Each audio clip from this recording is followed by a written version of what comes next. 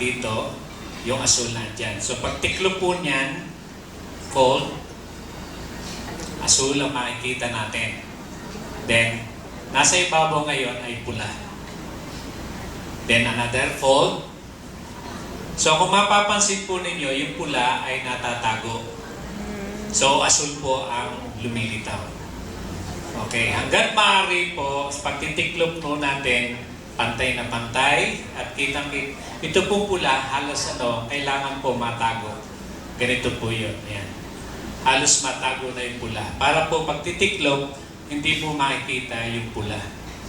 So, ready? Ikaw muna. Okay, go. Triangular. Sisimulan po natin. Sa dulo. Ito po yung nasa ibabaw, yung ating mga yung araw at ang isang star. Makasalikuran po nito yung isang star matitira. Okay. So, Triangular fold. Triangular fold po yan. Ayan. So, natatago rin po yan, pulang yan.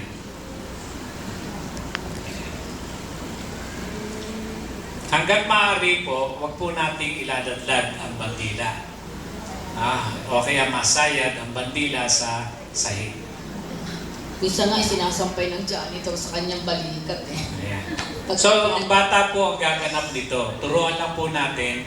And then every Monday and then flag retreat natin ng Friday, dun po ay ang bata na ang gaganap niya.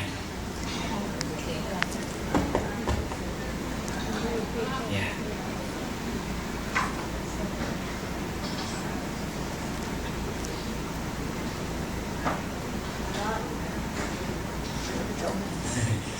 Pakita Ayan po. ang tama ang star. Ayan po, makikita po natin Okay. ang star. Ayan. Then, So yun po ang siya tamang pagtiklop. Itatago na po yan ng maayos ng ating mga gwardiya.